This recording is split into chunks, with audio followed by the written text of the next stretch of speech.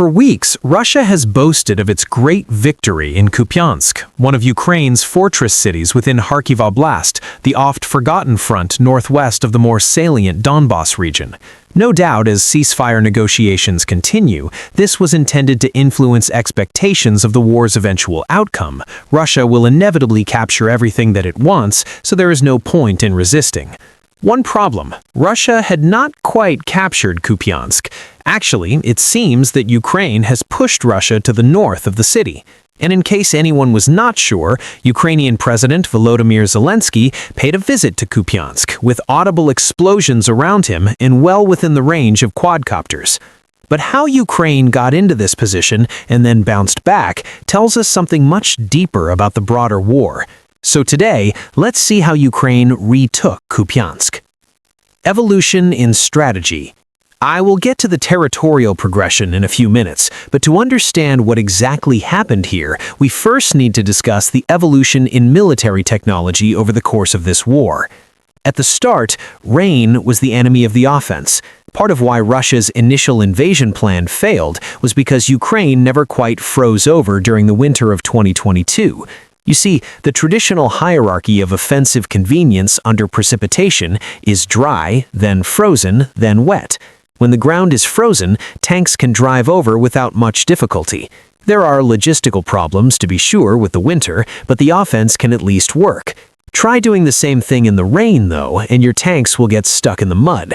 That happened all over to Ukraine in February and March 2022, slowing Russia's offensive and turning the special military operation into a years-long war. The same logic surfaced in the fall of 2022 as well. Ukraine was in the middle of its astonishing counteroffensive when the rain started to come down. That ended Ukraine's progress at the city of Kherson and transitioned us into the more attritional war we have witnessed ever since.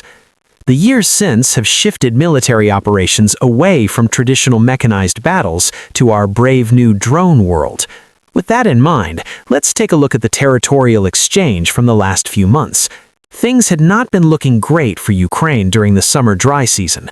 There was hope again that rain and then winter would come to slow Russia, give Ukraine further time to enhance its defenses, and then allow for the line to be more locked in thereafter. This at least had been the case to varying degrees in past years. But November refused to cooperate. Another 639 square kilometers lost, even more than July's total. What is going on here? Well, again, it is drones. What is no longer driving seasonal trends is a mechanized brigade's ability to move their wheels and treads across the ground. The expensive chunks of metal are just too easy to see from the air and destroy. This is true even when the weather is relatively hostile to drones, which we will discuss again in a moment. Instead, in any season, the standard method of advance is for individual soldiers to make meter-by-meter progress while trying to avoid detection from drones. Now, winter, aside from precipitation, still slows things down here. When trees lose their foliage, there are fewer places to hide. In addition, soldiers have to stay warm, which limits how far they can drift away from reinforced positions. Never mind that heat signatures can reveal their movement. This also limits the ability for defenders to hide, of course, but the net advantage falls to the defense. That said, the key weather question is whether the weather allows for drone operations. Here, the effect of rain flips from what has historically been true. Drones hate the rain.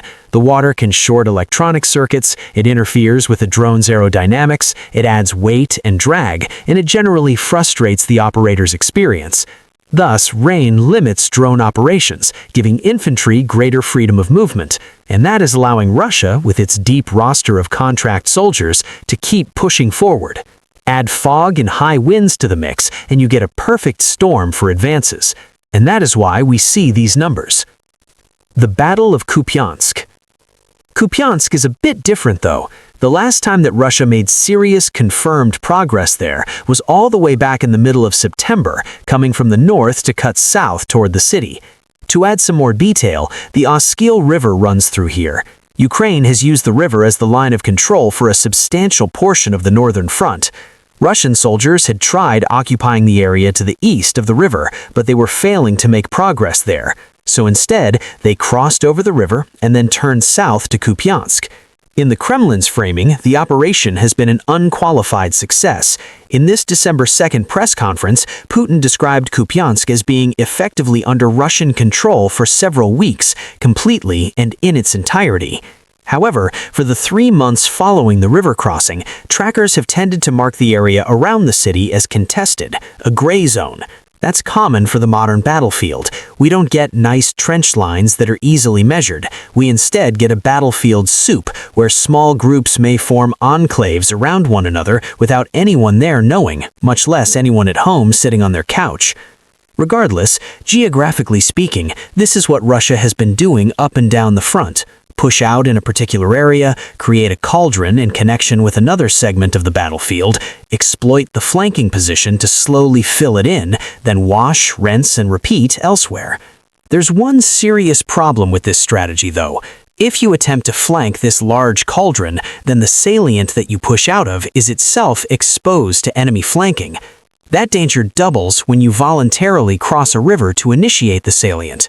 The reason that Russia has gotten away with this so many times is because Ukraine doesn't have enough spare men to exploit the vulnerability. The standard way to combat such a strategy is to have a mobile secondary, usually made up of more elite troops, who can travel to the areas in the greatest need.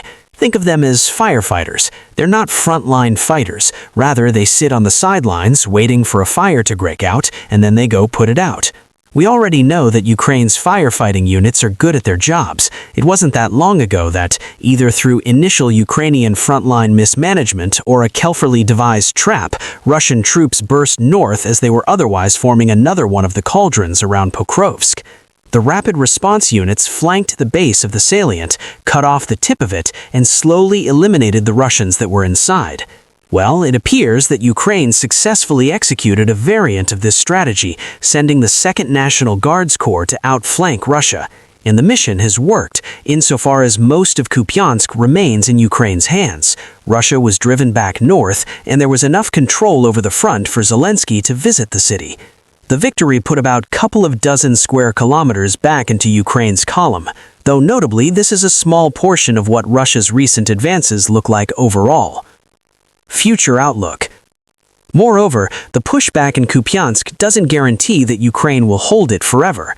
Pockets of Russian fighters remain in the city. Ukraine is constantly dealing with manpower shortages. Relying on firefighter injections to save everything is unsustainable. It does make you wonder, though, what this war would look like for Ukraine if the fall of the Soviet Union had left a gaping hole in Ukrainian demographics. Russia, of course, has that gaping hole too, but at least Ukraine appears to be better utilizing the resources allotted to it. The upshot for Ukraine, if you can call it one, is that the logistics hub known as Kupiansk, with a pre-war population of 27,000, has been no such thing for a long time. I don't understand why this happens with every city that Ukraine loses, but the fall of these logistics hubs are always portrayed as causing massive domino problems that will doom the next layer of cities. Yet in each of these cases, the utility of the logistics hub disappears well before Russia captures it. In other words, Ukraine has already internalized the logistical knock-on consequences of losing Kupiansk. The consequences are not good, but they're not massive. Rather, losing such a city is bad because it's defendable territory that Ukraine no longer controls, and that part does endanger the next city in the line. What makes Kupiansk unique from other logistics hubs is that it's on the other side of the Oskil River, and that does represent a domino problem. Yes, Russia has established another beachhead north of Kupiansk, but rivers anywhere are defendable geographic features. Permitting a breach allows for Russia to use the newly occupied territory as a base to expand further, and that is why it's fair to describe Kupiansk as a key city along the front. Zooming out, it's unclear whether Russia will hold Kupiansk in the long term, even if Russia does capture it. Right now, negotiations are centered around Russia taking more of the Donbass and exchanging land from outside of the 4 eastern oblasts to make that more politically palatable in Kyiv. But that doesn't make Kupiansk any less important than, say, Pokrovsk. If the land is interchangeable to some degree, then it needs to be protected all the same. Meanwhile, what is not interchangeable are my books about the war. One focuses more on the lines on maps, the other is a broader political science look at the first year plus of the conflict. Check the video description for more information about them. And if you enjoyed today's video, then please like, share, and subscribe. And I'll see you next time. Take care.